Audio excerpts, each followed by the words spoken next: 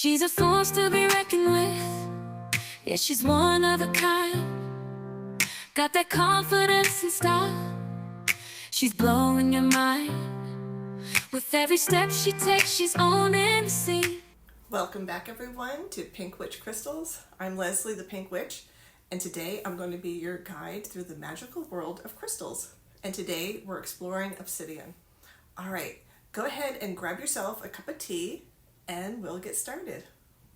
Today I'm having this cup of tea right here is Apple Orchard, and it's from Brown and Ashley Company, and it's really refreshing. It's really nice.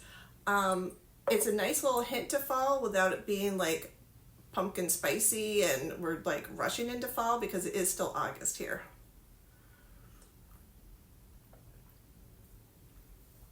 Yeah, that's really good. Okay, so let's get started and talk about obsidian. So first we need to understand exactly what obsidian is. Obsidian forms when the lava from the volcanoes cools so quickly that there's no time for crystals to grow. This gives the rock a black, smooth, glossy shine. And since obsidian forms from magma, it's an indigenous rock. There's some people who will label slag glass as obsidian, like blue obsidian or green obsidian. But this is actually man-made. It's the byproduct of smelting ores, and it's literally just glass. Some people really love it, and that's fine as long as you know what you're purchasing and that it is not actually natural obsidian. We're going to talk about using it for shadow work, which is a practice that can lead to deep personal transformation. But we're going to talk about that towards the end of this video. Just stick with me. Obsidian has been used for centuries in various cultures for both practical and spiritual purposes. We're going to talk about grounding and protection. So grounding is all about connecting yourself to the earth and the earth energy.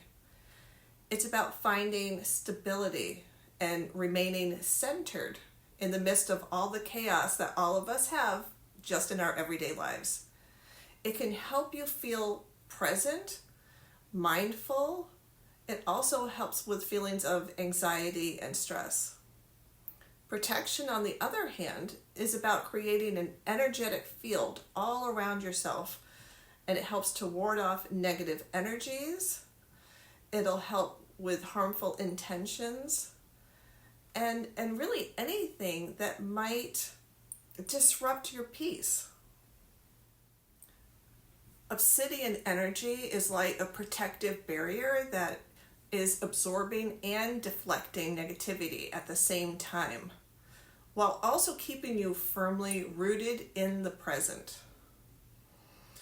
But you can easily ground yourself by just sitting and connecting, whether you're outside or inside, holding a piece of obsidian in your hand, and in your mind, picture yourself with roots that grow down into the earth itself. That's a great way to make you feel grounded before you start doing any kind of energy work. And for protection, I always like to keep obsidian near me. I keep it at my front door. You can wear obsidian jewelry. You could even keep a piece of obsidian in your pocket or in a little bag with some of your other stones that you like to carry around. The next thing we're going to talk about is scrying. Did you know that obsidian has been used for scrying and divination for centuries? Its deep reflective surface is perfect for gazing into the unknown. Here's how you can use an obsidian disc, like this one, or you could use a sphere, like this one, to tap into your intuition.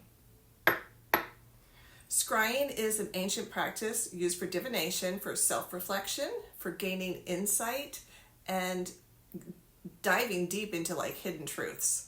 Unlike shadow work, which focuses on confronting and integrating the hidden aspects of your psyche, scrying is all about looking outward or looking at the past, the present, and the future. And it's done by using a reflective surface as its focal point. Here's a few pointers on how to use something like this for scrying. Before you begin, you want to find a really quiet space where you're not going to be disturbed. I prefer to have it dimly lit. I like to kind of set the mood and have a few candles going.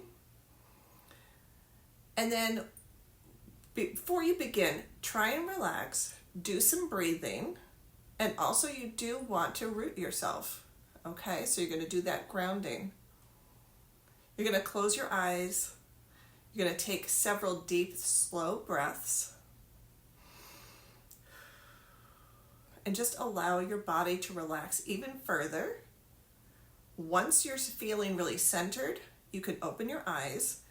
And then you want to gaze onto the obsidian very softly. This isn't a forced stare. You want to just look softly.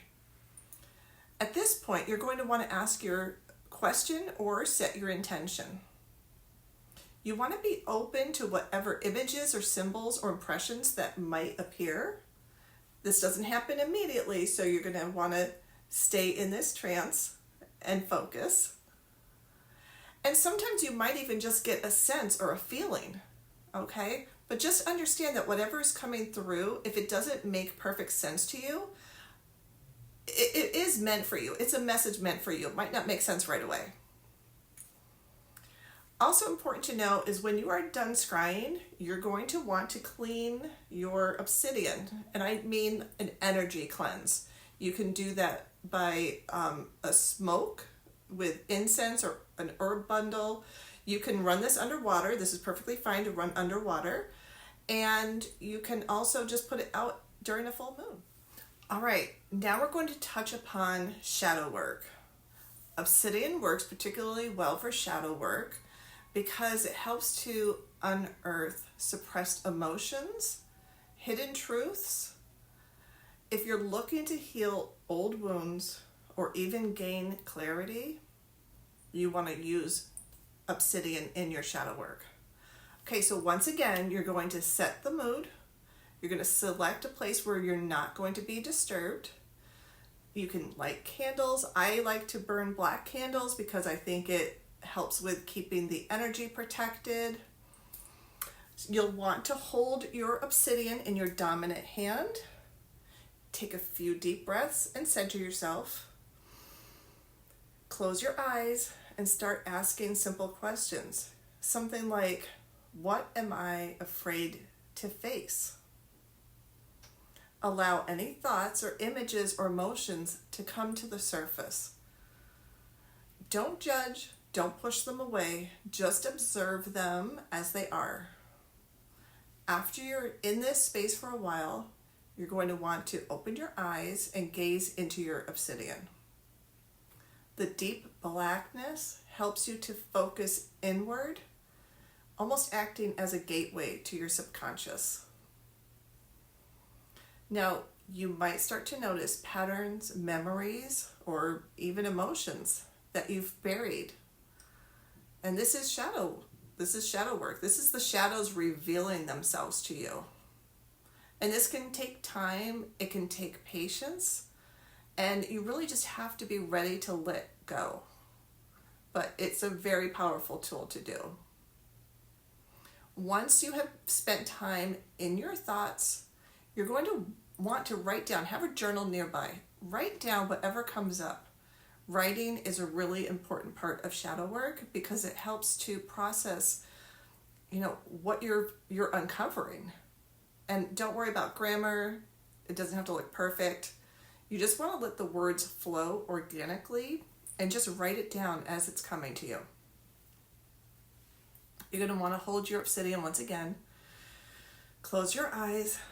Take some deep breaths. Focus that pain and that emotion that came up during your shadow work and wish that you can release them as you exhale. Imagine that feeling is being absorbed right into this obsidian. Now, just like when we were scrying, you're going to want to cleanse this. Again, you can do smoke cleansing, you can do water, you can put it out under the moon. Just make sure that you are cleansing it after you're doing shadow work.